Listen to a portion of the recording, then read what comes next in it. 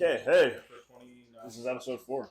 Episode 4, Conversationalist. Welcome, everybody. It is July 27th, 2024. You're How's here everyone with doing? Ryan and Rich. Richard's running on 2 hours of sleep, so as you can see, he looks a little hungover, but it's just because he works really hard. I was partying pretty hard last night. I had a lady of the night Ooh. come by. Not really. I wish that was what I was talking about. How's the week? Good? Pardon? He wants to Yeah, know you the can deets. interpret it however you want to interpret Yeah, it. he wants The week was pretty good. Nothing too crazy. Just Any dates? Any slays? Slaying No. any dragons? well, no, actually, no. Interesting. I've just been busy getting stuff ready for my trip home, and I had a couple of meetings this week actually for some side projects. So, Nice. just in case you didn't know, I'm starting my own podcast. Yeah. Cool. That'll be great. First sponsorship. Yeah, Nice. buddy. Okay. Awesome. Sloopin will be taking off for the month of August. Hopefully, we can link up with him through some Skype or a video call or whatever. Me and Lawson will be here, shutting it down, running Spotify shit. Pay you for your vacation, or What? Pardon? did Spotify pay you for your vacation? Yeah. That's what the new gig's all about. Yeah. Meetings, setting up free flights home. Time now. Yeah, baby. Well, and when you think about it, that's something you'd want. Like they're gonna fund the trip. They're gonna send him back. They're gonna comp him some, Meetings. Yeah. Free liquor. It's great, Yeah, man. all of Living that it. new life, man. Yeah. Living that new life. Maybe So they'll even give you a new dog. Maybe that'd be awesome. Yeah, you want this one? No, I'm good. No. How was your week? Tell me all about it. Fill me in. Just working. Working hard, hardly working.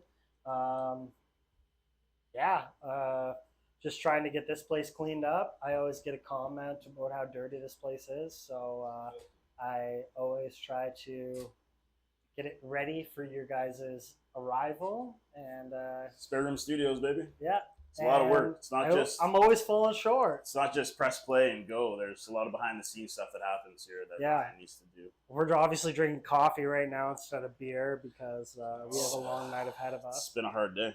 Yeah, Hard we have day. a long night ahead of us. We're going to be checking out DJ Doyle, Bryce Kenneth. We're going to be checking out his event tonight. Backyard. He's playing at the backyard tonight. Should be good. Yeah, hopefully. Playing at fucking 11 o'clock past my bedtime, but I guess that's when the fun happens. That's when the witching hour is, man. What did you think of his last event we went to? I thought it was really good. Good flow. He played some entertaining music that got the people going. People were vibing. So Did he play any of his own tracks? I think he played one of his own.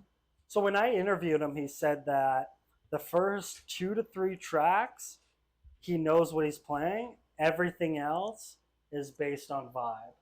Which I think it's a really cool way to do it. It makes it a little more challenging for you as the DJ because you have to feel out the crowd and see how they're reacting and what they're vibing to, and then he's got to switch it up. Well, I think he's started to develop enough of a catalog too, where you can see him test different things out. You can say like, "Oh, I have a very low key house beat.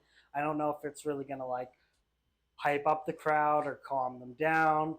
Throws it out there, see how it goes. So, credit to him, man. Even doing something like that and relying on a lot of equipment to work, relying on people to be in your favor. Relying on everybody to digest the type of work you're doing as you intended it to be, instead of, oh, I don't like the way this beat work or that, and then having the ability to handle that criticism. That must be really hard, but I think the venue of the backyard is a really good venue, especially for a DJ at the stage that he's at. I'm sure it was pretty daunting for him to do.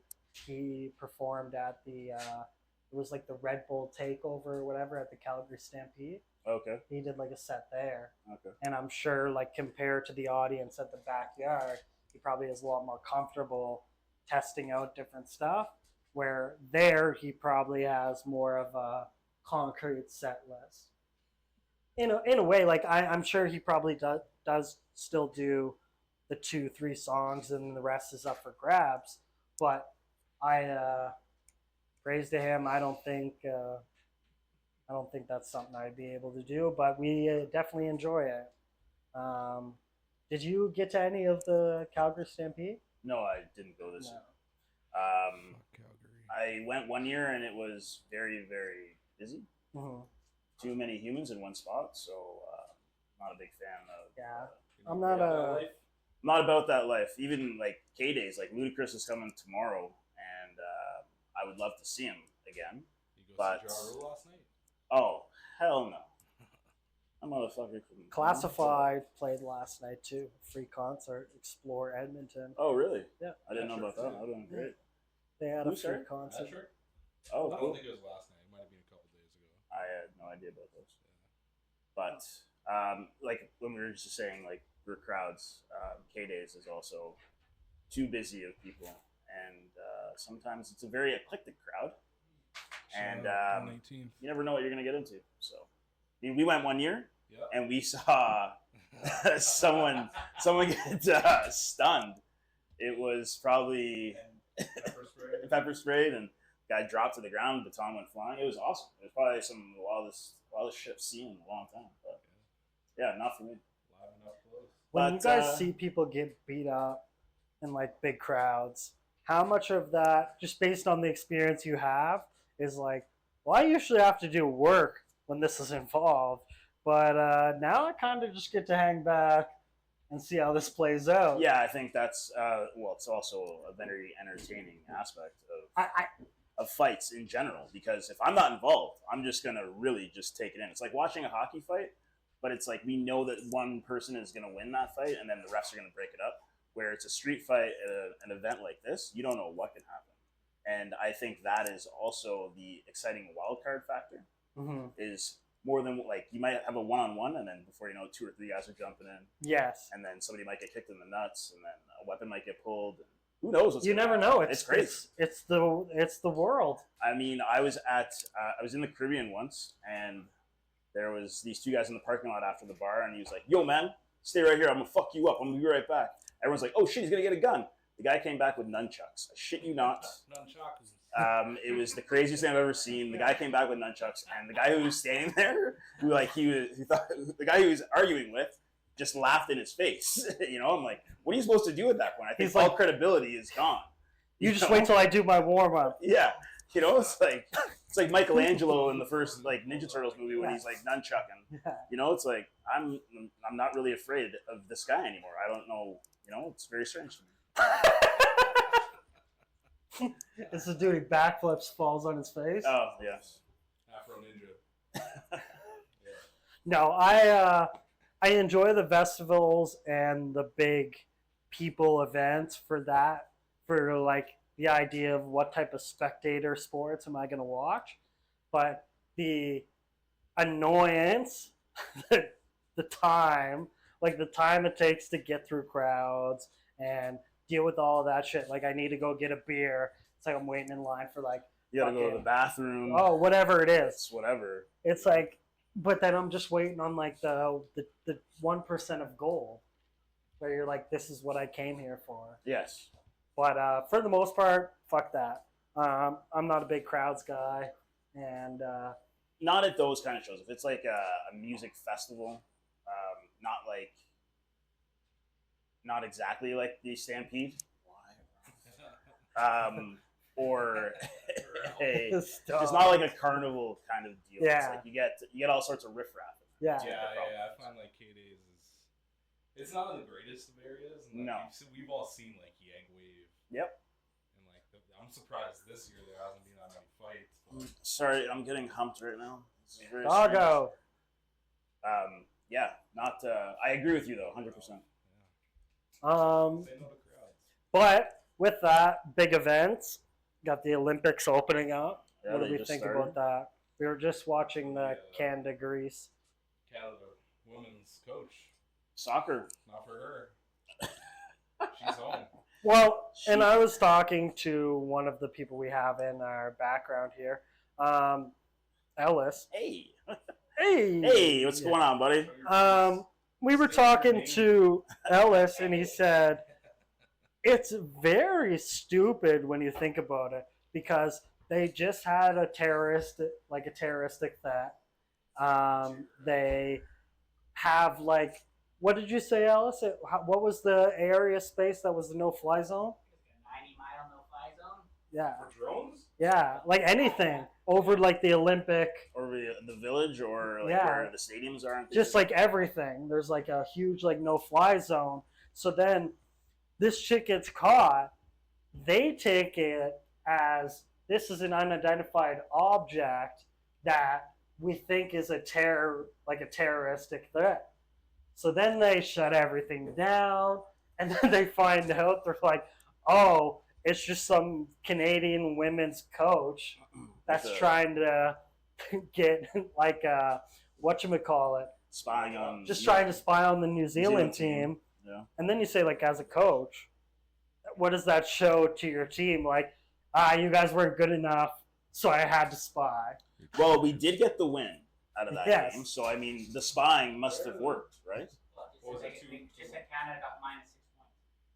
Oh, really? Yeah, they I didn't know deducted that. points from him. Oh, fair enough. Well, I was Hey, rightfully so. rightfully so, absolutely. And the coach, I don't know if it was directly her idea to do so, but her being punished in the way that she was, being sent home, I completely agree with that. But now FIFA is looking into disciplining the team as well. There's some investigation for that. And they said this is a long-running thing with Canadian soccer and athletics. It's going to tarnish our reputation as a. Well, do you think that it's one of these things where they have this, how do I put it? They have this feeling where they're oh, we're never going to be there. The view on Canadian soccer is so low, where we have to do something to bring us up. Or have we done actual legitimate achievements to bring us there? Canada, the women's team was already the defending champions of the Olympics. Right. Shout out Christine Sinclair. So I mean, I don't think. Yeah, shout out to Christine Sinclair. I don't think that it was necessary for them to be doing anything like that after coming back from a championship or winning gold the last Summer Olympics. But I mean, we could say that about any athlete. Let's look at Tom Brady and the New England Patriots. They cheated multiple times. Houston Astros cheated multiple times. Mm-hmm. But they had won championships and came back and won championships. Mm-hmm. Now, whether or not this is equal to them, but they're still doing things that are against the rules and the regulations of the Olympic Committee. So should they be disciplined? Yeah. But is it necessary for them to do this? Probably not. But they did it anyways. So no, it was probably a long. It was probably a long-running standard that they just did. They didn't keep their friggin' thumb on the pulse, and they had no idea what kind of political events. Well, they probably did have an idea. They were probably just naive about it. But Bev Priestman, do better. You got to do better. And apparently one other staff, it was her and one or two other staff that got sent home. Dog, fucking chill out. There we go. But yeah, they said that this is, I'm just reading through our show notes here. How this reflects women's soccer, ethical conduct. Well, ethical conduct treatment. is the biggest thing, I think, there. I think with this being said, it's we already mentioned it. It's what's that going to do for the country's reputation for Olympic sports and for the future, and for the rest of this competition. I mean, not even just Olympic, the Canadian team from the Olympics. It's the Canadian women's soccer team, period. What's that going to say about them for the World Cup? What's it going to say about them for any other tournament or any other game that they're in? That's going to have a huge implication towards. So if they do win this year, will it be considered an asterisk, where it's you did win, well, but you fucking cheated at the start? Let's put it this way: It might be with an asterisk, but it happened their first game. Yeah. You know? Yeah. So if they come back and still win, that's still great for win. them. Because they got rid of the problem. They got rid of the problem right away. It's not that the scandal's coming out after the Olympics are over and after they've hypothetically won the gold medal or medaled at all. You know? This is an interesting one I put in with this, is the media's role in addressing abuse in sports. Do you think that the way that the context is given, that the media gives, is directly, like, regardless of the actual thing done, do you think there's a huge effect in the media making it way bigger than it is? Or, depending if it's in their favor, making it way less important? So theoretically, if they had a team that, say, there was like some broader implications, do you think that the media would have the power to like overshadow like a type of scandal like this? Like if it wasn't Canada and it was something else, or it was something that might have led towards like more political unwinding, like it's Uzbekistan or something like that. Yeah, or whatever it is, and they're like, oh man, like we can't put this out, or like, I think they still would. It's the Olympics. It's not just any kind of small time tournament or small. Or game. when like this is the biggest stage for sports for your country, for the world, really. Yeah, it's not the world, like it's not just the World Cup. It's every sport imaginable for the Summer Olympics, and that doesn't just reflect poorly on that specific team. It reflects poorly on the whole country. Right. Yeah. That's my opinion, anyways. I think it's very interesting how like the media plays a role in this type of stuff, because you'll see sometimes they hold on to it longer than they should, and like the situation's already dealt with and they've already kind of found out everything, and then they do like more follow-up. But are they still talking about it? I don't think so. I don't think. Talking about the Canada, the drone stuff? Go ahead. Yeah. Our special guest has something he wants to say. But if it's like international incident, it doesn't matter what the media says or doesn't say. Like their counterterrorism unit was probably involved. So our media can push it down all they want, but it's still international incident. It's like a way broader, because you're talking about like counterterrorism. You could be from anywhere and it'd still be a big issue. Like this is the Absolutely, I agree. So I think the media is supposed to inform and play it out as big as it is, because it's a huge fucking issue. Yeah, that's crazy. It's crazy, like the myth site of like, oh, I know there's a no-fly zone, I still got it, I'm still gonna do it, and like I ain't gonna get taught this military. But I mean, this is the whole thing you're gonna do when it comes to cheating. It's like you are gonna chance it. You are taking that risk, and then whether you're gonna win it or not. And then what happened? They lost. Their attempted cheating was found out.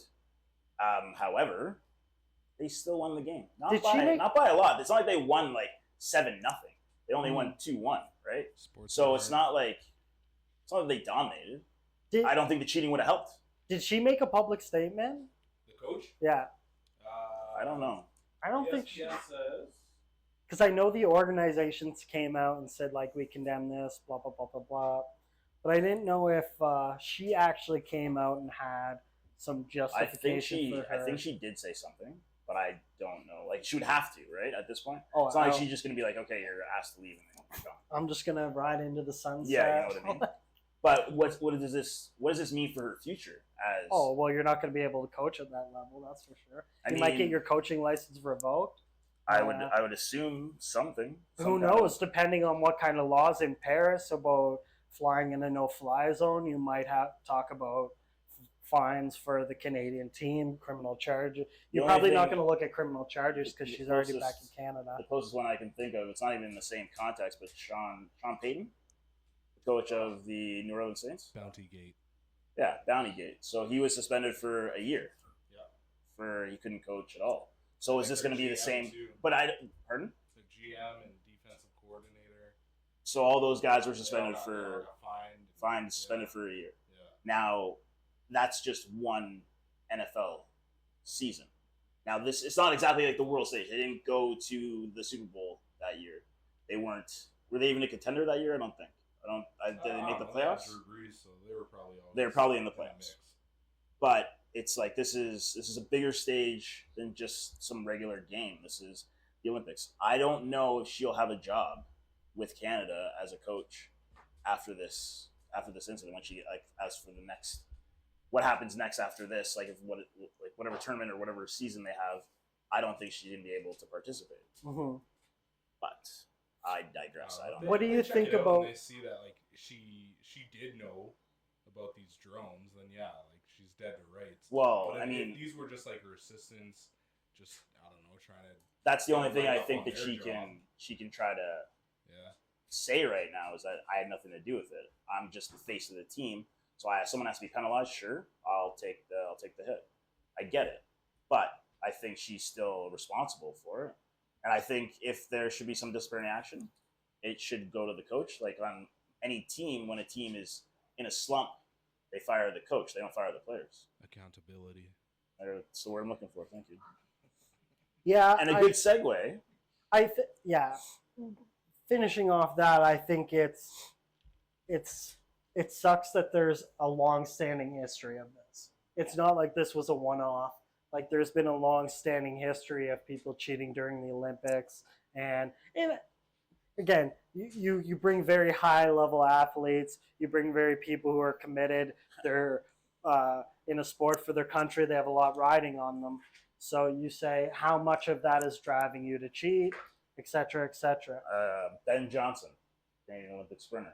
If you want more references, watch Icarus, the documentary on the guy who's talking about doping. What's that on? It was on Netflix. I'm not sure where it is now. I don't Shout think out Netflix. But that takes the scandal of doping and cheating all the way to Russia, and then it goes all the way up to Putin, apparently, because they were so dead set on winning. You know, they were doping and changing their tests and things like that to obviously get the better edge. So now the whole country's in on it. Well, that's what was a huge scandal, because that's during Sochi was when that's when all that came out, or when all that happened. But yeah. And imagine the undertaking that, like, an Olympic committee or like any event, you look at UFC events overseas, like there's a fight tonight in Manchester, UFC 304. Plug it, baby. UFC 304.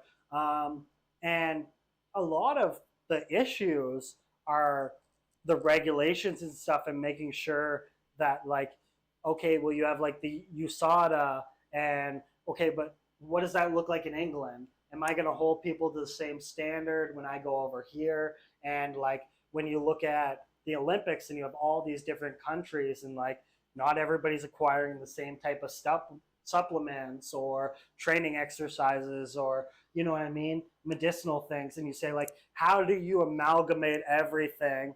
And some things could be like cultural. Well, right? Like, I think a lot of it has to do with wherever these events are taking place, whatever laws they haven't set there, as well as whatever laws or rules that the committee has put on. I mean, look at who is the female basketball player who got arrested for having a weed pen. Brittany Griner. There we go. And what was the reason? Is that like whatever those rules were that for that? They found a hash fake.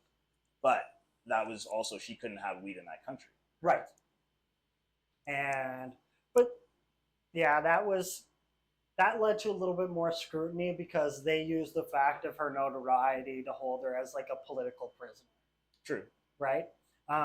There's a lot to go through with that, because a lot of it's just tainted and plagued with like conspiracy theories and this and that, and how they traded this Unabomber for Brittany Griner when there was this U.S. Marine he was like an assassin. Yeah, like and what?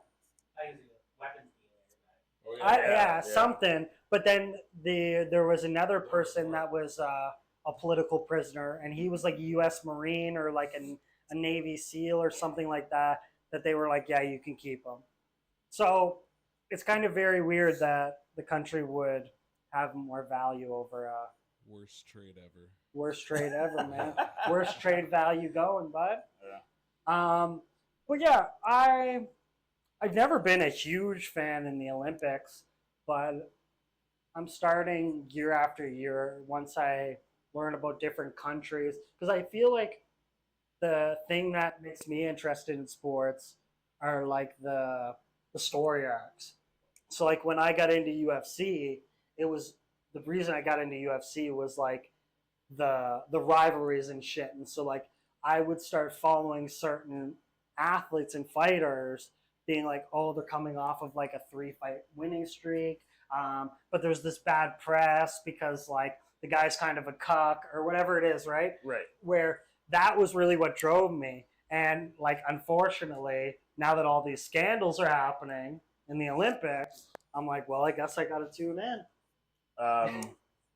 Sure. I mean, if that's what gets you into it, everyone's different, right? Like for me, I just support my country, and then I watch. I don't really know a lot of the Olympians for unless they're like main athletes from another sport, like you know, like soccer players or basketball players. And you know them from like a different organization or something. Where it's unless these are returning Olympians that you know have been well received or did well in their sport. I mean, you're learning about a lot of these athletes unless you're really following along with the Olympics. Right. You know, like I learned about I never knew who Penny Oleksiak was. I don't know who that is still. She is a Canadian swimmer. She won, I think, 5 or 6 medals at the last Olympics. So I didn't know who she was until, obviously, you know, she started performing well at the Olympics and started bringing home medals. Right. It's like that's when I started to pay attention to some of these athletes. So it's when I watch some of these other sports like diving or, God forbid, equestrian or archery or things like that, I'm learning about these athletes as they go. But then again, are you watching every event that happens? Like, if you don't watch archery, you're going to know who the archers are? Probably not. Now, are you more of a fan of spring Olympics or winter Olympics? Summer Olympics? Summer Olympics, spring, summer, whatever. More? I don't know. I think I like both of them the same.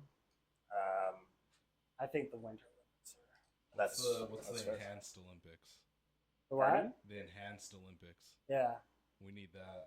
Where they just like. That's called Special Olympics or Paralympics. No, that's enhanced because it's enhanced because we're giving them wheelchairs or like you know it's enhanced. We're enhancing the sport. Right? Right. Okay. Like steroids. Sure, man. Yeah. Oh, that's what you're saying. Okay, I got you. That would be great. I agree. I want to see because that, man.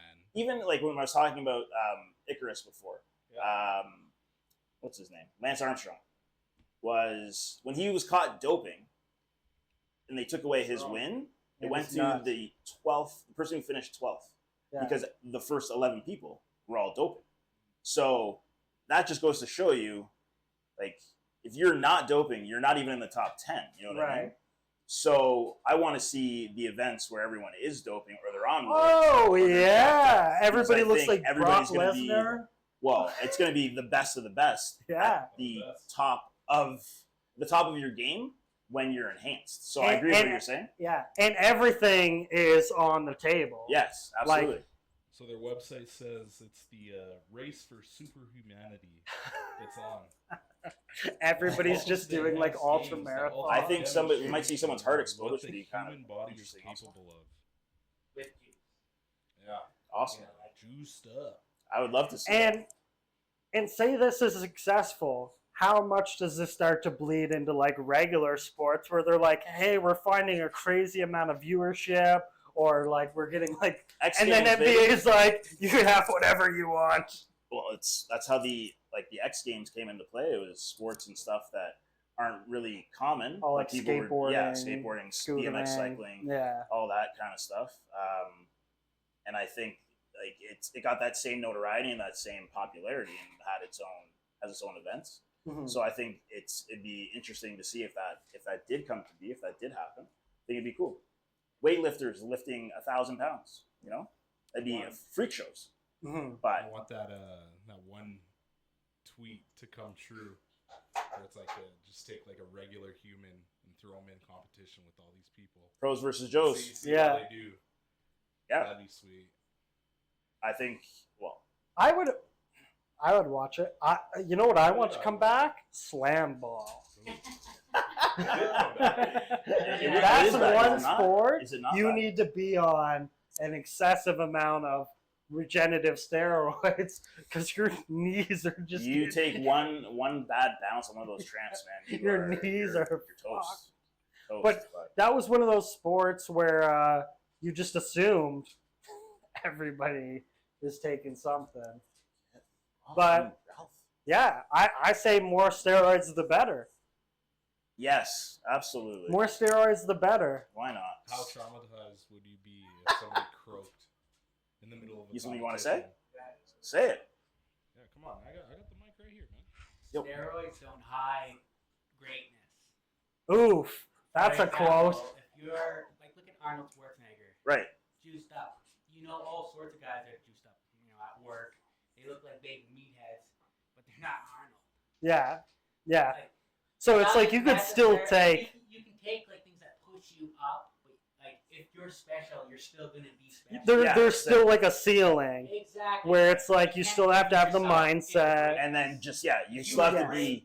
You still have to be. Yeah, exactly. You're still in that upper caliber. Just because you quote unquote cheat doesn't mean you're gonna be. Doesn't mean like Steve at the office can get to your level. If Can just- you- Yes, I agree. Like, yeah, you look at like a Brock Lesnar. It's like, well, I could pump like some guy with that physique, make him look like Brock Lesnar, but he has the wrestling skill. Does he have the? Look at Babe Ruth. Yeah. You can inject yourself all you want. You aren't hitting home runs. Mark McGuire, Jose Canseco, Sammy Sosa, all those guys still need to see the 95 mile per hour fastballs, hit those out of the park. They still have to make contact. Dog. Ralph, what is going on with you today? He man? is on horny today. He is a dog in heat, folks. Yeah, He and is. he's neutered. So what does that say? I don't know. I got the They sweet must blood. have. Oh my God, Ralph. Oh, dude, he must be on steroids. This dude's got his hips going. God, man. Buddy, this He guy's is really, on. he's really into it today. This guy's Okay. on enhanced X Games. Yeah, someone else call Ralph over, please. Get Come this. here, there, fucking Get this. lipstick. He's like, dog. Oh man. Yeah. Looks good, Jesus. though. Yeah, he doesn't want no white meat. Yeah, no, that is an interesting concept. Like, it stops you from Ralph. What is with you, man? Enough. Over here. Please. Yeah, so there would still be like a hierarchy. It's not like you would have like crazy straight odds of like everybody is perfectly matched. It's like if they were juiced to the gills, you could still see those one-punch knockouts, the first-round submissions. Again, look at Lance Armstrong. He was the top doper of the dopers. Yeah, that's the You know nut what I mean? that Ralph has in him right now. They're Lance strong, Armstrong's. They're strong, absolutely. Yeah, he has an After he- Armstrong nut in him. After he had brain-lung testicular cancer, he went out and won the Tour de France 7 times. Tour de France. Yeah. I want to circle back. Slam ball is still a thing. When Where- did it start when is up it? again? 2023? Last year. How many teams are in this league? 6. Yeah, Where are they from? they do anti-doping. I don't know. They play all just in Vegas, I guess. Is that it? That's the only place they play? Well, Yeah, but I they think probably bring- travel they bring into all the play. teams into Vegas. Okay, Yeah. but so where are the teams from exactly? I don't know. Probably all You over. don't- the you don't States. the list? The Griffins, the Ozone, the Lava. So they all Vegas teams, I Wrath, guess? And Buzzsaw. Cool. So I think they bring in like players from all across the country and shit, and then they just go to Vegas because that's where the like court is. Mhm. ESPN apparently made a deal with them last year for 2 years. So yeah. What Interesting. about that football league that The Rock was starting? XFL. XFL. Yeah, that's in like the springtime. Is Okay, is that still? I I knew they believe were like so. trying to find. it? No, I think it's still coming. Is it not? Yeah. Well, I it's not think so. spring right now. Yes. Yeah. We're all It aware. was already on. Oh, it was. So we already had one season of it? I think this year would be in a This- second. Okay. Yeah. I like what's the other league? The USFL? That fizzled out like a couple years ago. Have we ever Still talked Still about going. football. It's still Okay. going. That league is still going. The USFL? Yeah, whatever. Don't Like, lie to me. I'll look it up. I'm not lying to you. You have the power of the internet in front of you, man. Have we They ever were talked now about? merged with the US. So XFL did merge. Yeah. So okay. they merged There with you go. them. So they absorbed them. Booyakasha. The league is still going, son. Have we talked about Power Slap on here yet? Sorry, No. what? Power Slap? Those power slap. You haven't seen Power Slap Slap? the shit out of you. Oh man, you know what Power? Yeah. So it's like a spin-off of the UFC, and it's not really a spin-off. It's just owned by the UFC. Is this the? Like they're at a podium. Oh yeah, And I've it's like seen you it, get yeah. one slap. Yeah. Okay. Check out. I'm gonna pull up some stats of the Power Slap, and this has been one of the most record-breaking sports to emerge in like the 21st century in terms of right now they have more of a social media following than all of the major sports leagues combined. They got 3 seasons. And they've only been Power a Slap? league for like less than I want to say like 2 years. Okay. And like over like billions of worldwide views, and it's just dudes slapping each other. Now you have personalities like Paige Van Zandt and certain UFC fighters that are fizzling out. They're talking about going into power slapping, and some people are take that away. I'm not from me, about please. that, man. Well, people say it's actually like when you look at the danger of like a UFC fighter and how much like brain injury they're gonna get, and then you look at like the power slap thing and you say like how much is that like clickbait form of content of a dude taking one slap and getting knocked out, and then how much does that compare to like his longevity? Like how many times can you get one slap knockout before like you're just like I don't know. toss spaghetti? I think the repercussions of playing that sport, if you want to call it that, can be pretty devastating. As opposed to, I mean, if you're in UFC, it's like yeah, sure, you're fighting, you can get tapped out, you can get knocked out, but I think one slap, it's unprotected. It's unprotected. That's the Yeah. other thing, right? Like you're just opening yourself up to being hit in the head, Yeah. and you could I don't know anything. could happen. What's crazy is that it's slowly getting sanctioned more and more. Like I think in the last couple months, Florida sanctioned it. So now they're going to be doing power slap in Vegas and in Florida. But so you would probably stay on the same side of like being against like bare knuckle FC. But is getting leaving yourself open for 3 slaps worse than getting Grounded, struck pounded 75 by times? Brock You Lesnar. know, it's like you have a chance to protect yourself in all these other sports, whereas in this whatever There's a power clip slap I you came don't. across. The dude had like a bruise or something like swelling on Immediately. The side of his face, Oh yeah, and he gets Slapped slapped again. and like all this Yeah. blood shoots out of his Yeah. eye. Yeah. like Like that's I think not it- for me. not, Yeah. yeah, not for me. Not for me. There are a lot of And sports I would try. That is not one of And them. what's crazy is that you're getting paid a fraction of the amount. Like, say you got a UFC fight. Usually, like the starting UFC fight is like 5-5 or 10-10. So it's 5 to show, 5 to win, or 10 to show, 10 to win. There, it's like 1,000 to show, 1,000 to win. So it's like some of these dudes aren't You're even getting paying their. $2,000 to get slapped. Yeah, like some Nah, of these I dudes ain't- aren't even. Not worth it, man. Not Yeah. worth my time. How much did you say for Power the slap? UFC round? UFC rounds are 5-minute rounds. I want to say 5-minute rounds. So if someone said, "I'll give you $2,000 to get slapped 3 times," or $10,000 to survive 3 rounds. Of 15 minutes. But I You could don't train. need- I see what you're saying. Yeah. But But it's they like, also not train. bad. They go to And you're machines and they're like this. Bah! Bah! I understand, but like, that's to slap. Are you getting trained to take a slap? Do you have a chance to protect They do it? like neck to- strength things, so they'll put you on like the What little do you neck do to train? machine. Just Like the biggest, domestic violence? It's not Well, enough, man. the biggest thing that they teach you. I'll take $10,000 Yeah. for three The rounds. biggest thing that they teach you with the power slap. Pardon? Just run around. Yeah, I should have dodged. I got an Yeah. 8. Yeah. Tap out. Movie the joke. Yeah, I'm out. As soon as the Just guy go limp. touches you, you're. Pull the old I'm out. Lewis. I'm out. Yeah. But no, I think the biggest type of training when it comes to power slap is like their neck strength.